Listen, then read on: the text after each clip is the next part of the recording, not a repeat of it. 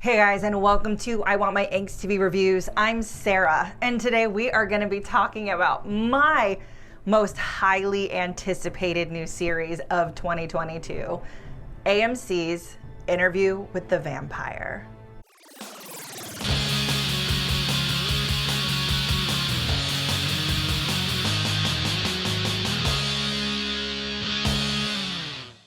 Now, maybe you do, or maybe you don't know the story of Interview with the Vampire. It is the first book in the Vampire Chronicles by Anne Rice. It was a film in the 90s that starred Tom Cruise, Brad Pitt, Kirsten Dunst, and Antonio Banderas. And now it is a series on AMC.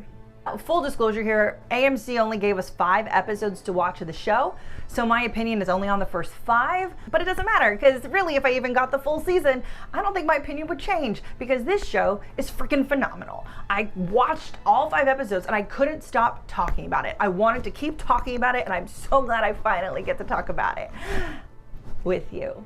I ask the questions, you answer the questions. Anything that can't be verified, I send to my researcher. So, how long have you been dead? This Interview with the Vampire series already started out controversial with casting. And I promise you that controversy and polarization is not gonna stop when the series hits your screen. Sam Reid stars as the brat prince Lestat. Jacob Anderson stars as Louis. Bailey Bass is Claudia. And Eric Bogosian is Daniel Molloy, our journalist, our interviewer, our grown-up Christian Slater. I want to also preface my review with the fact that I love this book series. This Anne Rice Vampire Chronicles is what set off my love of vampires.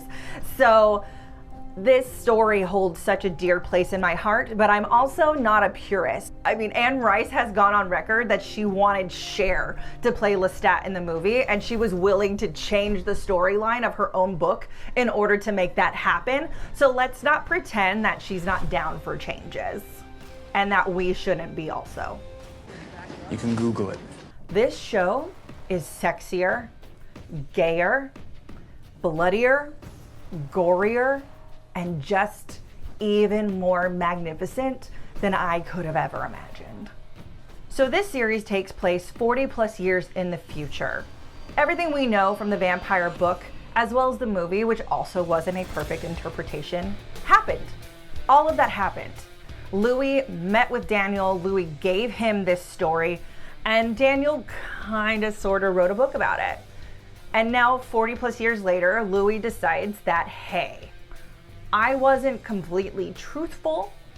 As we all know, or maybe you don't, Louis is very much known as an unreliable narrator. And they go on a journey kind of discussing the Odyssey of memory, which I think is the perfect way to implement all the updates, not necessarily changes, but updates that they've done for the series so far. This version of Interview with the Vampire is a culmination of the entire Chronicles. It takes a lot of pieces from the other books and puts it into this story. And the chemistry between Sam Reid and Jacob Anderson is incredible. Like, incredible. Let the tale seduce you, just as I was seduced. One of my biggest questions when it comes to Interview with the Vampire when reading it is that Louis is so depressed all the time. He's so sad. He's constantly brooding. Like he's like the original angel.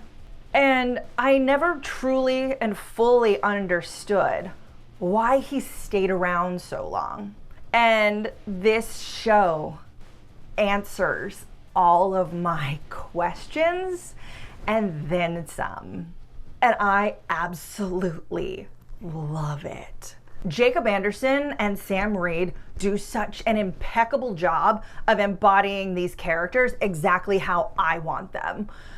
Not just down to like their accents, but their mannerisms, the looks they give. Like they are full embodiment of Lestat and Louis, of these two men who fell in love with each other, of Lestat who is toxic as all can be and wants nothing more than for Louis to love him, and Louis who was hunted and mentally manipulated into falling in love with his predator.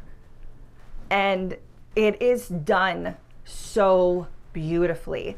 Every episode tells part of the story that we never got to see, that we never got to hear, and it answers so many questions. We get to see them live as a couple. We get to see Lestat teach him. We get to see Louis go down the journey of not wanting to eat people and of wanting to survive off of animal blood. And then we get to see where their relationship ends up and his decision to turn Claudia and why he wants a daughter. I could not save myself, but I could save her. She'll be what? A daughter? We're a family. Bailey Bass as Claudia, I'm gonna be honest, I was a little iffy on her at first, and then I realized what they were doing. Yes, they aged her up to about 14, and I don't have any issues with that. But she is, in the beginning, a perpetual child. So just imagine what tweens and teenagers are like and amplify that, because vampires are amplified. So she is obnoxious, she is dangerous, and she goes on her own journey of discovering who she wants to be, because Louis and Lestat are very different parents. They have very different parenting techniques. Louis is obviously her favorite, but she and Lestat have beautiful father-daughter moments where he realizes and she realizes she's a little bit more like him than Louis. We also get to meet Louis's family, which is something the movie changed. He did not have a wife, he did not have a child that died. Louis had a family. He had a father, a mother, a sister, and a brother. One of the biggest controversies is the fact that he is a black man in this series, and they do such a great job of touching on that. In the book, Louis is a plantation owner. His family owns a plantation, and in this, the plantation exists. It did happen, that's how they made their money, but their father ran them into the ground. So what is something that a black man in the early 1900s can do to make money? My business was desire. Louis owns a brothel that is patronized by some of the wealthiest, most influential white men in New Orleans. And I personally think that that is a fantastic change and a fantastic addition to his character to fully round it out. He was my murderer, my mentor, my lover, and my maker. The Lestat that we know from the book, the Lestat that we know from the movie, is not the Lestat in the series. And let me clarify, because I don't want anyone upset. This is the fully formed Lestat. This is Lestat who has met Akasha, has powers that we didn't get to see in the movie, like outside of him, like what, flying when he's sucking Louis's neck. This Lestat is a hunter. This Lestat is the wolf killer. This Lestat is everything I need the petty brat prince to be. The way that they shoot his powers, because if you want to be like, in vampires with powers, yes, Anne Rice set that off. Vampires heal with their blood, Lestat can fly, they move really fast. Edward was not the first one to be able to hear other people's thoughts, guys. This Lestat is incredible. And the way that they film his powers is spectacular. The first time I saw his like quick movement happen, I actually didn't realize what was going on. And it looks like he froze time. And I was like, what? Lestat's now what, Zach Morris? And then I realized, no, he's just moving that fast. It's so good. And you get to see the hunt. Lestat hunts Louis, and we never got to truly see that before. A device that they use while telling a story to help us keep up as a viewer is we do spend a lot more time with the interview. Throughout the pilot, we hear Daniel's voice while we see things happen on screen, kind of clarifying, updating, and making sure that we as a viewer know what's going on. As the episodes go on, we actually spend a lot of time with Daniel and Louis and who Louis is today, not who he was 40 years ago. And Louis is in a much better place. I love this version of Daniel Molloy because he's not as skittish as he was when he was younger. Again, this is like 40-ish years later, so he's no longer like a young 20-year-old buck trying to make his way in the world. Instead, he's a grown man who's been summoned, who has his own storyline going on, which I love. He's much more of a fleshed out character, and he constantly goes toe to toe with Louis, calling him out on his bullshit, which Louis needs. Mr. Dulac, where's your coffin? If by the end of the first episode you're not sold and you're not all in, I don't know what to tell you. This show takes everything you know and flips it on its head in the best way. This version of Interview with the Vampire lives up to all of my expectations and exceeded them.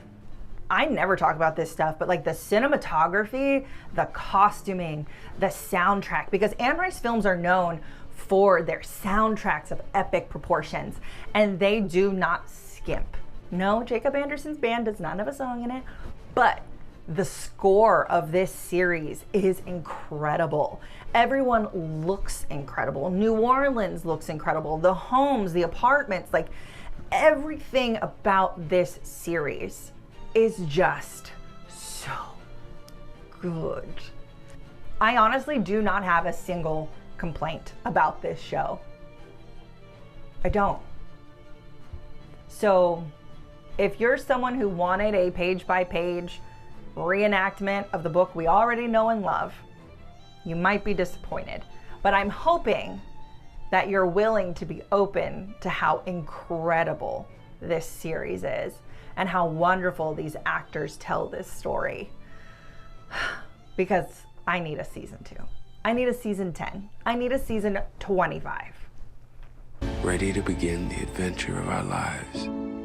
My companions in immortality.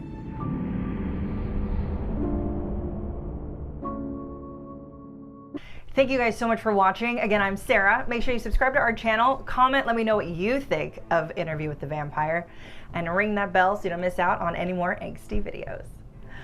Bye.